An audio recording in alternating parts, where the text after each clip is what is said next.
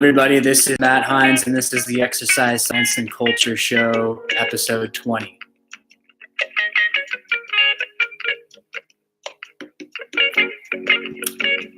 Coming at you from Petaluma, California, here with Moose Hines. And today is going to be the final episode for a while of the Exercise Science and Culture Show. And we're going to finish it off by going over the assessments, going over the physical assessments that I have taken my clients through. And also I'm going to recap this season, which basically started in early September through December. I just want to talk about all of my activities and experiences in training and coaching. I want to talk to you about what I found that worked and what I found that didn't work so well. And the results were mixed, frankly. There are some things that I was kind of disappointed in, but all in all, there was some things that I'm really excited about. So first, I want to just go down the list, and I want to give a shout out to all of my clients. I mean, I had some really amazing people that I was working with, and they accomplished some really great things. And I want to just go down the list and say how many sessions that everybody did with me. And a lot of these people were very physically active besides meeting with me. But, I believe in what I'm doing with people. So if you spend a session with me, I'm going to try to make it as valuable as possible. And if you keep coming back, I think you're going to get the results. So going from the top, Michelle Grant did 18 sessions this season. Kathy Raisman did 17. Karen Wilson, 15. Caleb Harvey, young Caleb Harvey, 14. Kirsty did 14. Phyllis did 12. Young Aaliyah did 12. Nathaniel, 12. Desmond did 11. Diane Petty did 11 sessions. Young Isaac did 10. Colby Kavanaugh, 10 sessions. Micah did 10 sessions. Maxwell did 8 sessions. Kristen Coling did 8. Brody did 8. George did 7. Nathaniel did 7. Noah did 7. Diane Decker did 7. Akil Alabodi did 7. Edwin 7. Julian 6. Eric did 6. Caden did 6. Owen Hill saw me 5 times. Lee 5 times. Braden Cunningham 5. Landon Rogers did 5. Ashford Hayes 5. Jeppy Phillips 4. Howard Lynn did 4. Lori Harvey saw me 3 times. Justin Shuez saw me 3 times. And then Ava McMahon worked with me 2 times. Eli Torrey saw me once. Anastasia Alabodi saw me once. Iggy Sandboard came in once. Thomas McMahon, Alonzo Phillips, and Waylon Rohrer, I saw all of them 1 time. So thank you so much, all of you guys who came to see me and worked with me, and I hope you had a good experience with that. So all of these folks, I saw them in different capacities. So I just want to run down each of these activities, tell you how many hours I spent in these activities, and also what was the total attendance. Now, as far as I'm concerned, the way I'm evaluating my own performance is based on how many hours completed. How many hours did I complete? So if it was a personal training session, that's 1 hour completed, which is fantastic. And, by the way, with the personal training session, you're obviously going to get a lot more attention to detail and personalized coaching as compared to some of my other activities that are larger groups. But the benefit of a larger group is that I'm going to be able to facilitate a 1 hour workout with a lot of different people all at the same time. So though personal training is a little bit higher service for the individual, and I love that, it's also great to be coaching larger groups as well, because you can just, in some ways, you have a broader impact. So the after school sports club, which we ran through the Bath Rec, we just started it up in October, mid-October. We did 16 hours of it. We did it twice a week, Mondays and Wednesdays. It grew steadily. During the time, by the end, we consistently had 10 kids in it each time, and it was super fun. So basically what we do is for 2.5 hours, we just play various games, just try to get, what do the kids want to do. We played a lot of wiffle ball. We played indoor football, soccer, dodgeball was a lot of fun, and basketball was probably the biggest thing that we did. And it was ages, we had some fifth graders in there up to eighth graders, which presented some challenges when you have these differing skill levels and the space. I think once we get to the point, and I hope we can continue to build, but space will become a limiting factor at a certain point. And to make this flow and to give all kids equal opportunity to participate and practice their skills and be physically active, you have to be pretty skilled at administering this. So that'll hopefully be, we'll be challenged by that soon enough, I'm sure. And it's just a matter of trying to split the games up pretty equally. So also personal training. I completed 38 personal training sessions this season, and I had 3 individuals who were engaged in this.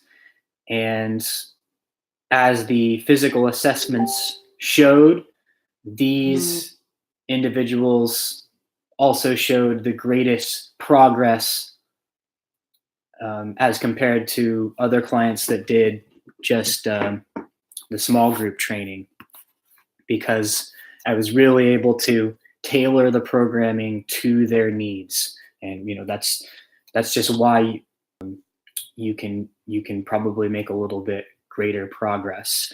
But similarly, another thing that I did that I think is a fantastic service, and I really look forward to trying to promote this even more, is I did a consultation, evaluation, and exercise prescription. So basically, you meet with me for 3 one-on-one sessions.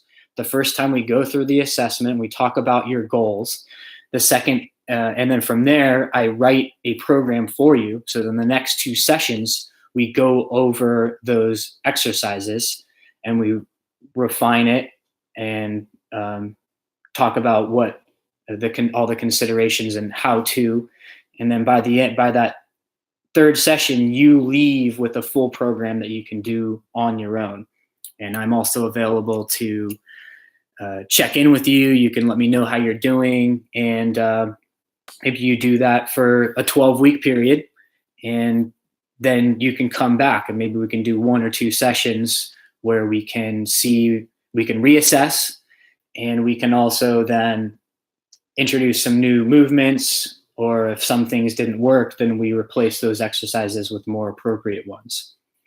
So I did 2 of those for a total of 6 sessions, and I think they worked really well. So I also had a small group that I'm now calling the Activities of Daily Living Club.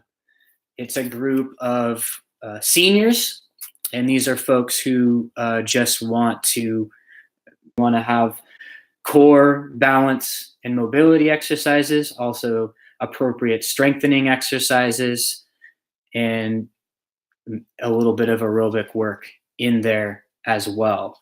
So I did 13 hours of this. I mostly had 2 individuals who were coming to this, and it was really a lot of fun. And I think this, for anybody, for any seniors for seniors, there's a lot of different exercise classes that they can attend. But I can't exactly endorse all of the exercises that are selected in these classes.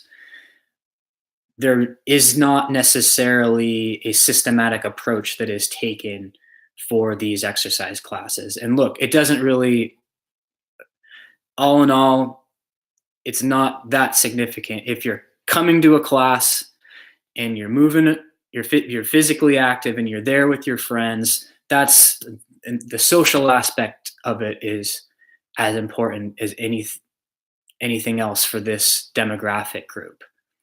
However, if you do have chronic pain in a joint and you really want to address it, then you may need to take a little bit more of a systematic approach. We may need to really assess your body mechanics and then choose exercises that are going to be really targeting these issues and addressing these issues. And so that's where my system is superior to anything else you're going to get in the area, and particularly for seniors.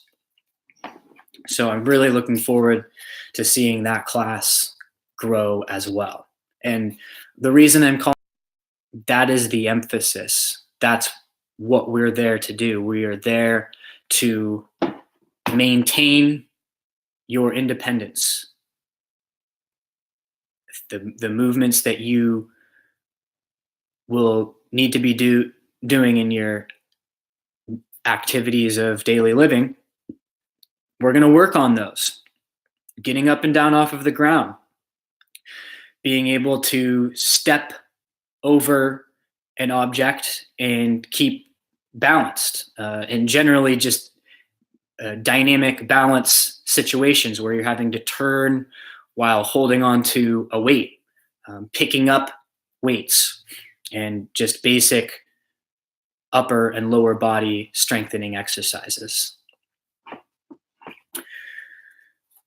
I also started, we've only been doing this for, I think we did 3 weeks of it.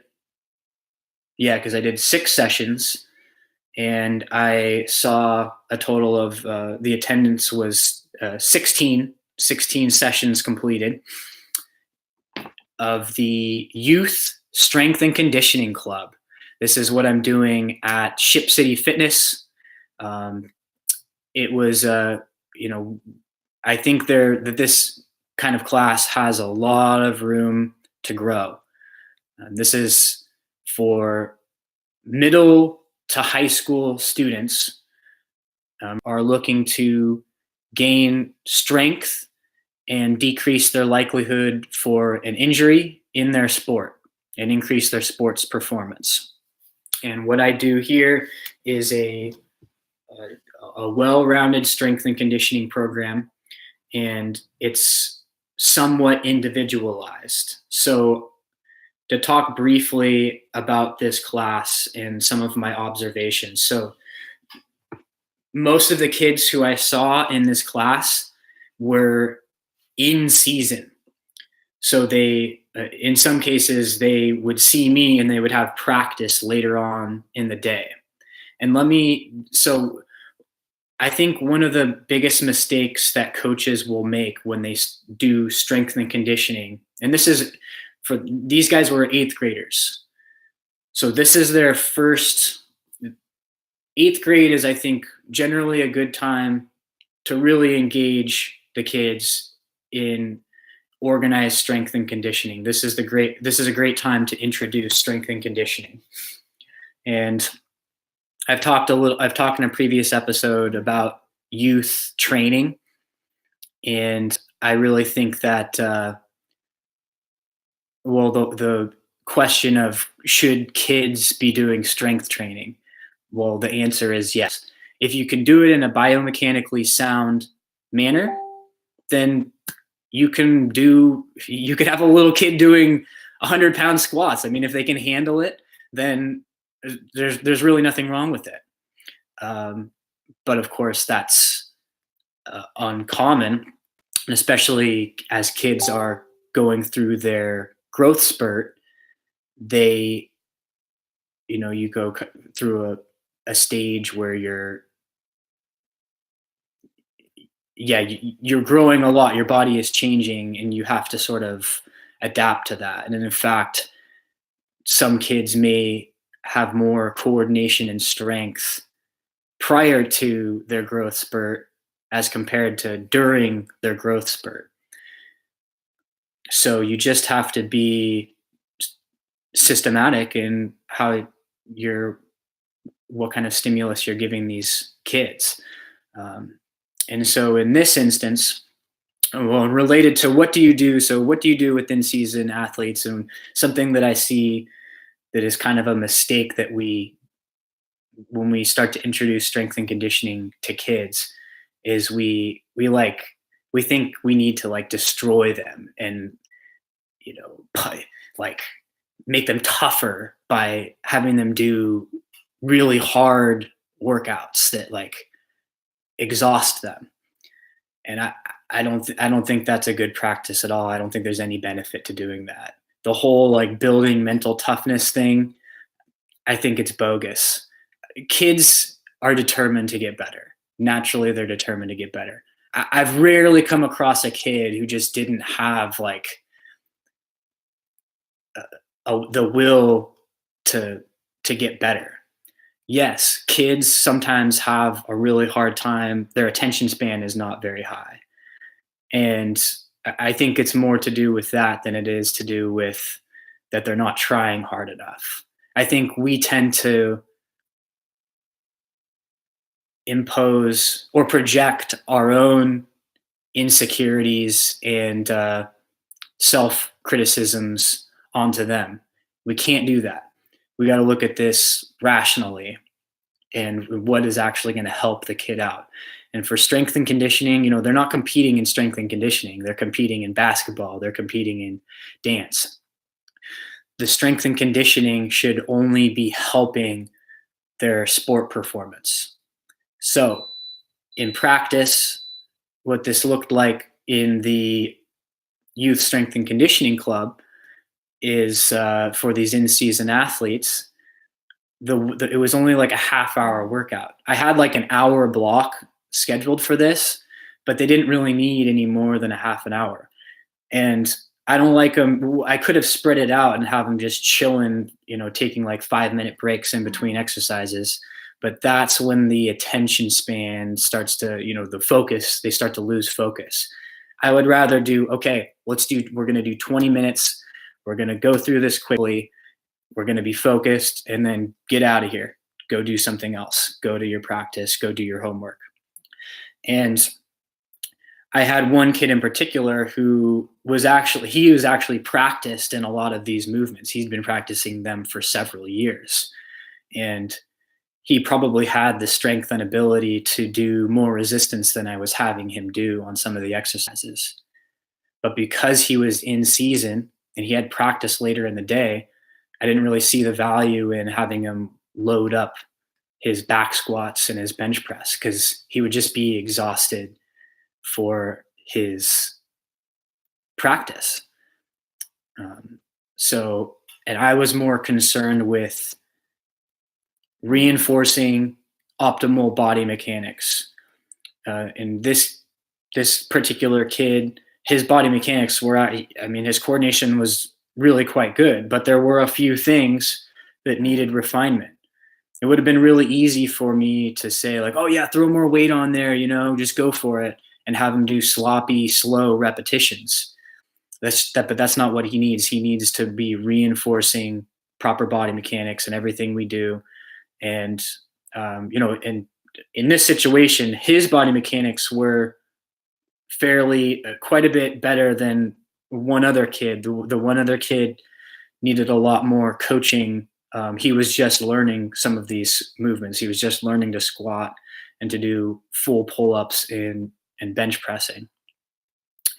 It would have been really easy for me to just leave the more skilled kid alone and only focus on I had to spend more of my time with a kid who needed more coaching, but I'm not gonna not coach the more skilled kid because he still had some room to improve on his body mechanics.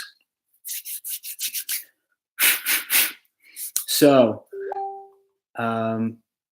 also, I coach a 5th and 6th grade basketball team. And so far, we had 6 meetings. We just started the season. And I had my attendance was a total of 62. So that's 62 hours coached. Hours of physical activity completed my by my athletes. And all I can say about this in youth basketball, I mean, I'm not an experienced basketball coach. There's a lot of other guys out there who understand the game a lot better than I do. But I can't advocate for the sport enough. I think basketball is such a great activity. If you got a kid who wants to run around, but also wants to be just engaged in learning some new sports skills, basketball is awesome. And you start them as young as possible and you keep them engaged, you give them a lot of opportunities to participate. And basketball is something that you can do. I also, there's a group of guys in town that are in their 70s and they're still playing basketball, ladies as well that join. So this is a lifelong activity. It's dynamic, it's social, it's requires hand-eye coordination, cardiovascular capacity. Man, I love basketball. Such a cool sport. So if you're thinking about getting your kids in one activity or another, I think basketball is one of the best. Also, I'll say this. So 5th and 6th grade is a time when you have some kids who are really starting to develop and other kids who are not. The maturity levels can be a lot different, and the ability and skill levels can be very different. It's very easy as a coach to take that best kid that's around having him dribble in and score on every play. But that's not what this is about. Your success as a coach at this level is not measured in terms of wins. It's not measured in terms of how many points your star player scores.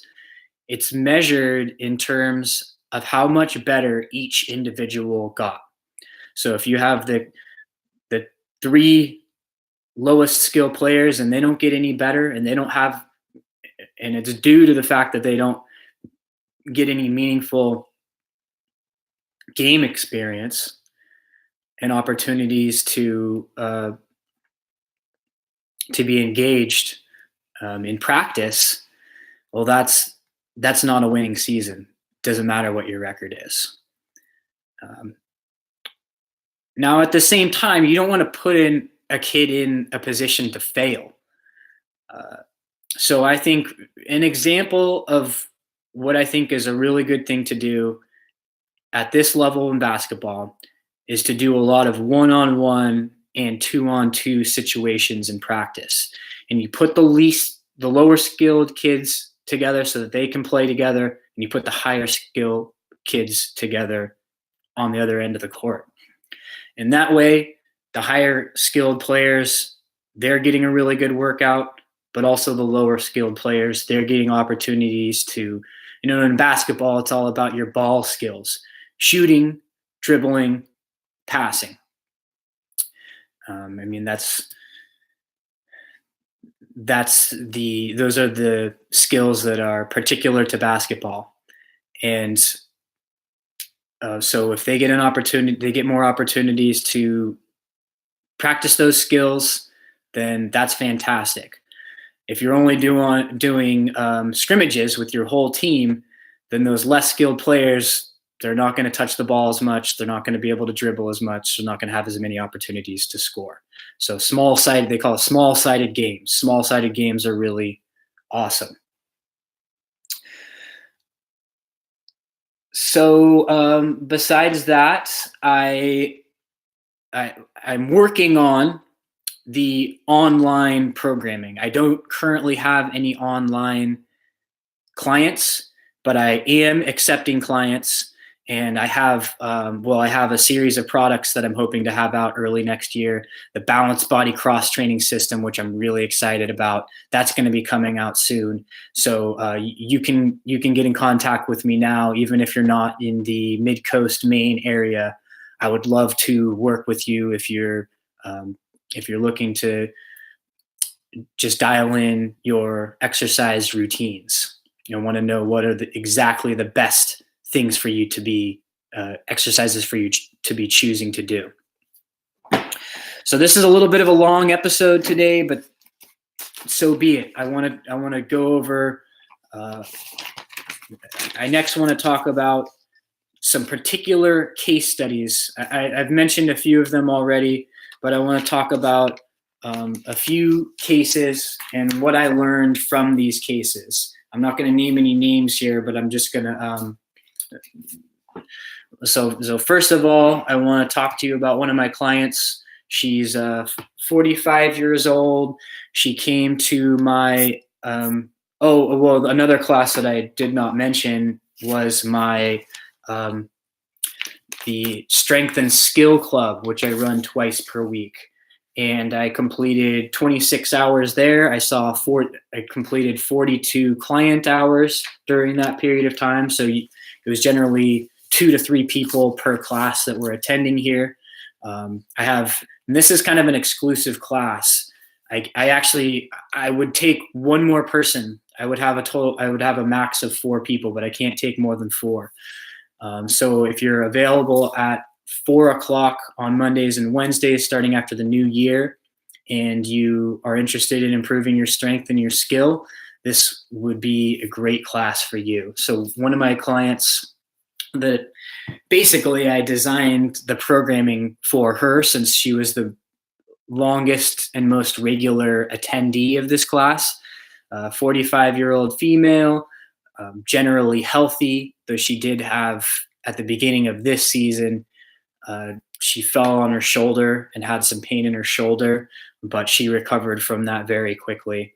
And by the end of the season, she had no physical limitations. She had some particular goals. She was really interested in improving on her ability to do the toe to bar exercise. And she also wanted to improve her jump rope double under skill. So this is something that we did once per week.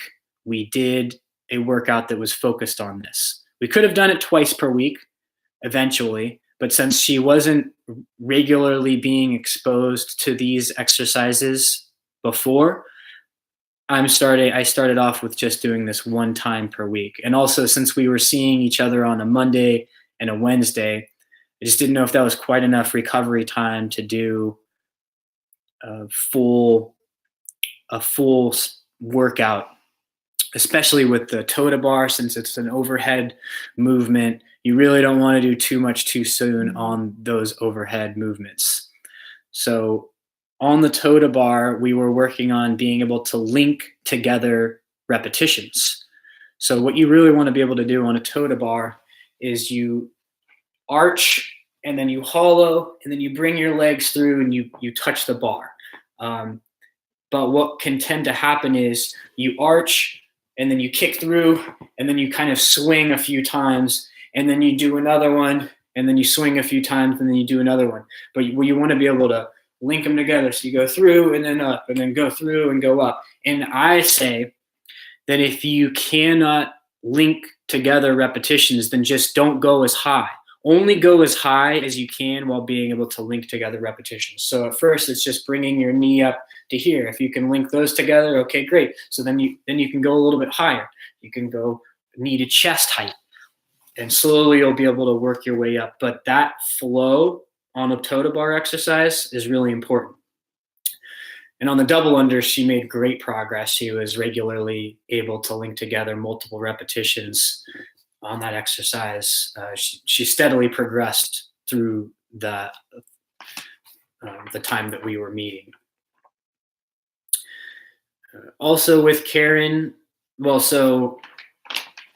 me talk generally about the physical assessment. And so one observation I made was that on the cardiovascular assessment, everybody made pretty significant improvements. And this client, she did a 6-minute Airdyne bicycle test, and she was able to travel 25% more, 25% further in that period of time, while keeping her heart rate at this basically the same level. Her max heart rate was the same in the first assessment, as well as in the reassessment. So, and the interesting thing is I didn't do a lot of high aerobic tests. We never actually did a 6-minute straight bicycle at any point during our training sessions.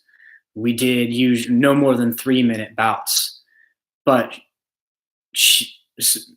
the improvements were universal. Everybody that I worked with made big progress on their cardiovascular assessment, which is interesting.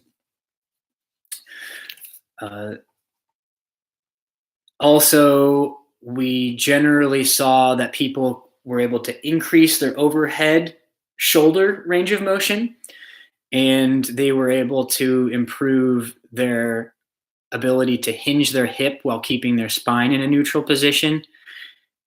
We saw that their squatting depth and strength improved, so their ankle, knee, and hip mobility improved. And one of the biggest things that I observed in the initial assessment was that every single one of my clients was limited by their ankle mobility. So that was something that I worked hard with them to improve. And just about everybody showed significant improvement in their range of motion and their ankle. However, there wasn't universal. Not everybody improved on everything, or they didn't show that they had improved on everything, and that was my fault because I wasn't consistent in the assessment. I didn't give the same cues the first time and the second time, and also I didn't give the same test on some of these the first time and the second time. So I guess the takeaway is that administering tests is difficult. You have to be really clear with what you're doing. You have to have a very clear prompt, and you have to do it exactly the same way before and after. So it wasn't anything to do with, I think, there wasn't any problem with the exercises that we were selecting, and there wasn't any problem with what my clients were doing and how they were approaching it. It was simply a matter of test administrator error. And so that's something I'm going to have to work on and refine in my training. Let's do just 2 more cases here. I want to talk about one of my clients who's 85 years old, and she has some very significant physical limitations. She is unable to walk unassisted. She can walk with a walker and with a cane, but she has very severe pain in her hips. She has instances where if she steps the wrong way, she has her nerve becomes impinged, and she loses control of her whole leg, and she's actually fallen a few times from this happening. Also, on the opposite side, her shoulder is severely limited by having, essentially her rotator cuff, her teres minor, major, and her, 3 of the 4 rotator cuffs are no longer attached. So she's really limited in her ability to lift her arm overhead, and her shoulder causes her a lot of pain. So this was tough to work with. And the reality was that during our time, I don't know that she made any progress. Still, she came in on every session. 2 times per week during our time together.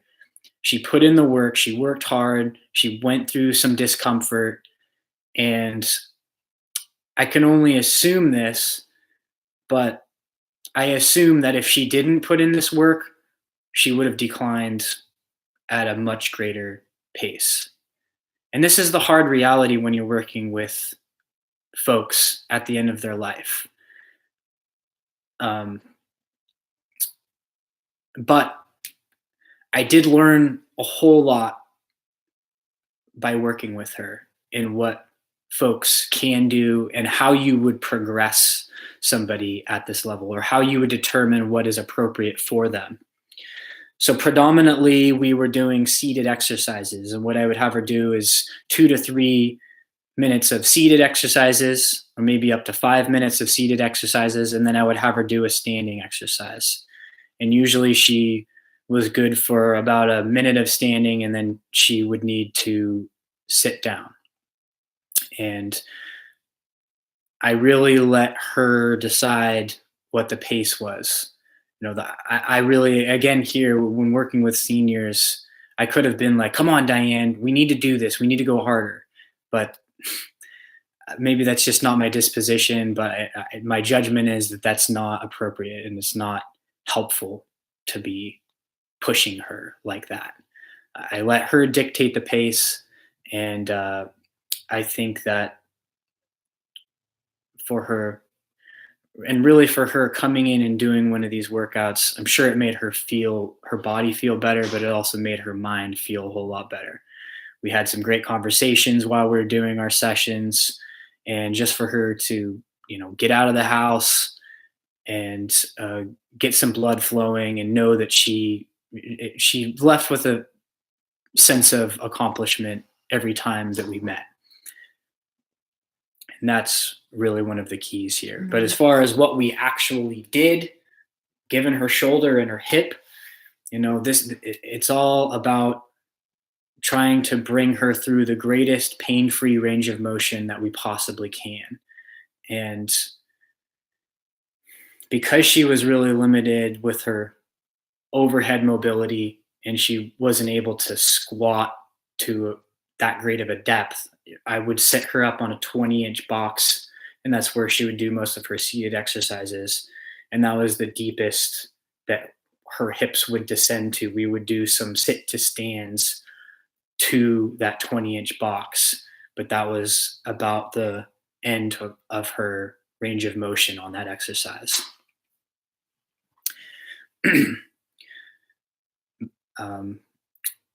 But one of the biggest takeaways that I got was that there even somebody who has significant limitations, there may be some exercises where they can kind of push themselves, and it's on these exercises that they're going to stimulate the metabolic response. For this particular client, and also the linear pull motion, she was able to load her body up to a pretty good degree, and she said that was one of the exercises that felt really the best for her. And in theory, I have no way to measure this for sure, but I'm assuming that because we were able to load her up, this was the exercise that got her metabolism higher than really anything else. Walking did as well, but she was very limited in her ability to walk. So it didn't ever really get to the point where she was getting that much of a metabolic effect from her walking.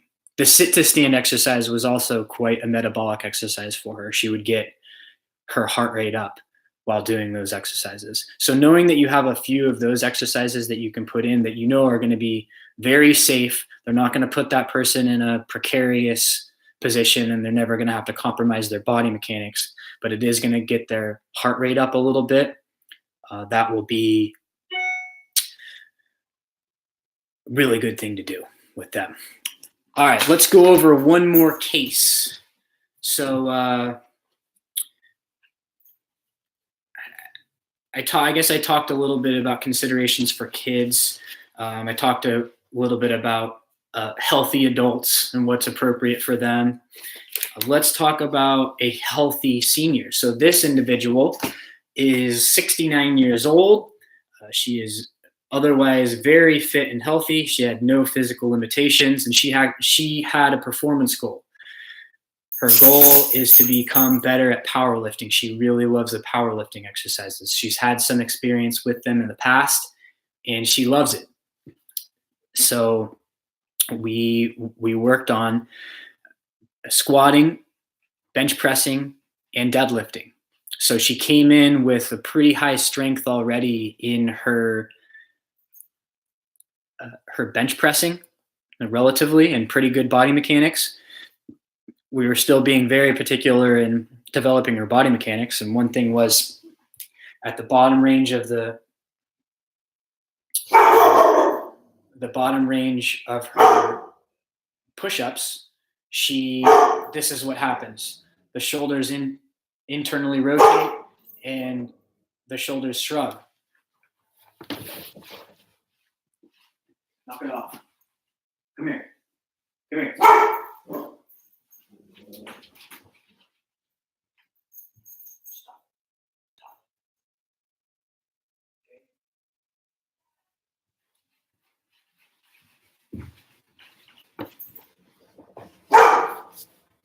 So, but otherwise she was really good. And so to work through this, we did pause reps. I made her pause at the bottom and then blast out and really focus on the retraction and depression of the shoulder, and tucking the chin as well. And also being able to utilize the legs in her bench pressing. And she had a pretty ambitious goal, like a number that she wanted to hit. And so that was actually a challenge worth talking about. So she had in her mind that she wanted to do this weight, but really we need to work through some body mechanic issues before we can get there. I think we can get there eventually, but it's going to take a little longer than she initially expected. And that's just a matter of expectation and perception and setting appropriate goals. I think we realized that wasn't necessarily an appropriate goal. It's not that she failed. That's what we talk about, setting yourself up for success and setting attainable goals. That was not an attainable goal, and we learned that during our session, and that's okay. But one of the biggest things was her squatting. Her range of motion on her squatting was very limited. I started her doing just assisted squats where she would hold onto a post and go down, and she was not able to descend very far even with assistance at the beginning. But by the end, she was able to do box squats where she was nearly breaking parallel. She was nearly able to get her hips to the level of her knees, and she was able to do that with a bar on her back. It was tremendous improvement because she worked on it consistently. So we met one time a week for personal training, but she was also doing an average of 2 strength sessions per week on her own. So she put in the work. She completed the 12-week challenge, did an excellent job, and that was the result. I mean, you should see the pictures, the before and after pictures. It's amazing what she was able to accomplish on the back squat. The back squat, who cares if you can do a back squat? But if you can now go all the way down into the bottom of your squat, that affects your activities of daily living. It will increase your independence. And also, she didn't cite any pain in movement necessarily, but she certainly has cited now feeling like she can flow through her day much more gracefully. And that's a testament to her own determination and consistency in her workouts. And it also, I think it goes to show whether or not you're interested in having particularly a goal in having better power lifts. I think she was successful because she had a very tangible goal. This is what she wanted to be able to do. That's what she worked on, and she made tremendous progress. So when you're doing your goal setting process, having a performance goal is really a fantastic thing to do. And the last takeaway from this is look at her age and her gender. She's a 69-year-old female, and she's lifting weights. She's lifting the barbell. So if you're somebody who is hesitant about adding resistance training exercises because you think that it's not inappropriate for your demographic, I think what this individual is doing is flying in the face of that notion. It's never too late to introduce resistance training exercises, and it's not a guy's thing. You're not going to get bulky if you're a female by doing resistance training exercises. It's really for everybody, and it can only help your metabolism. There's a range of benefits from it. So I'll leave it at that for today. Thank you so much for tuning in. I'm going to be signing off for the year. If you have any comments on what you would like to see in the future with this show, send me a message and give me some feedback. All right. Have a great day.